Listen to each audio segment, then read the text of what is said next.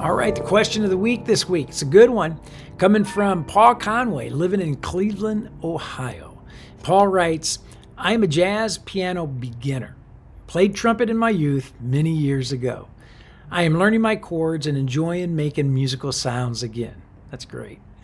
I'm extremely excited about learning how to improvise. Are there any beginner jazz improvisation etudes I can begin practicing to begin developing my improvisation skills?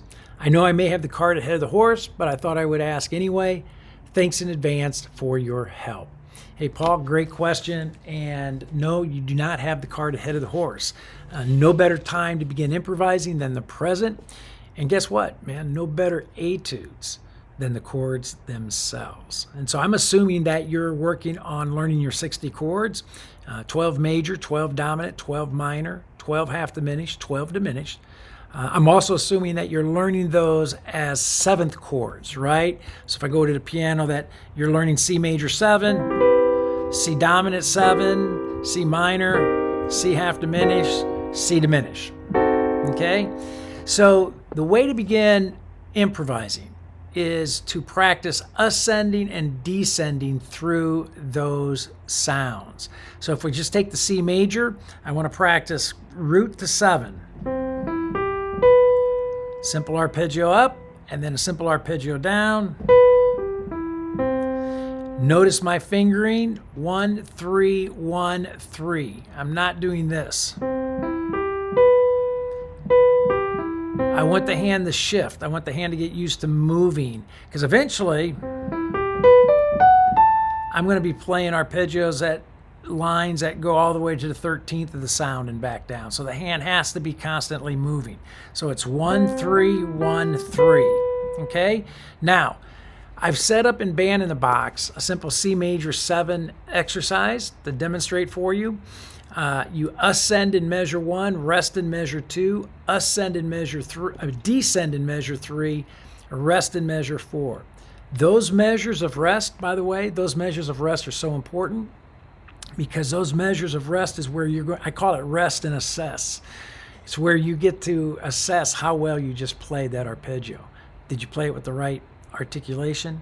Did you play it with the right feel? Are you playing it in time, right? Are you using the correct fingerings? All of these variables play a huge part in you actually sounding like a jazz musician, like a jazz pianist. So what I want to do is I'm going to turn on Band in the Box with this C major example, and I'm going to demonstrate for you what I'm talking about. So I have a tempo of 110, simple swing groove. Not going to do anything fancy. Here we go.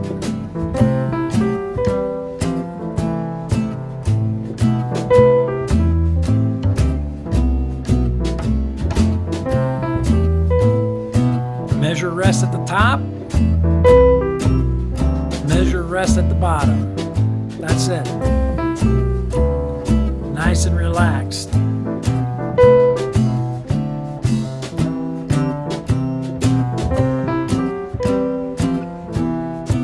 No better improv than that.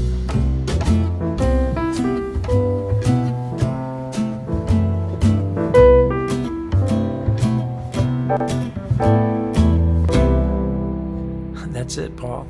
That's it. Now, I know that sounds like incredibly simple, but I'm going to tell you, man, I've been teaching a long time, and very few students are capable of pulling that off when I ask them to do that.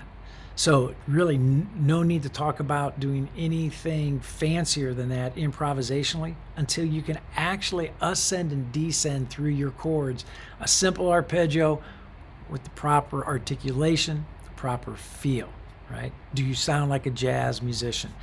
And if you need the fingerings, let me know. Happy to send those to you. I have the fingerings for all of the 60 chords with an intentional hand shift built into each of the 4-note arpeggios. All right, so just let me know if you need those. Happy to get those to you. All right, Great question. I can't wait to hear your success, so feel free to send me any recordings. Happy to hear you play and give you further suggestions and guidance with beginning your improvisation journey.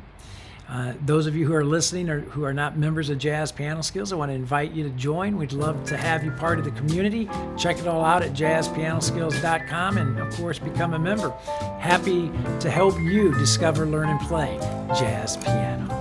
Talk to you soon.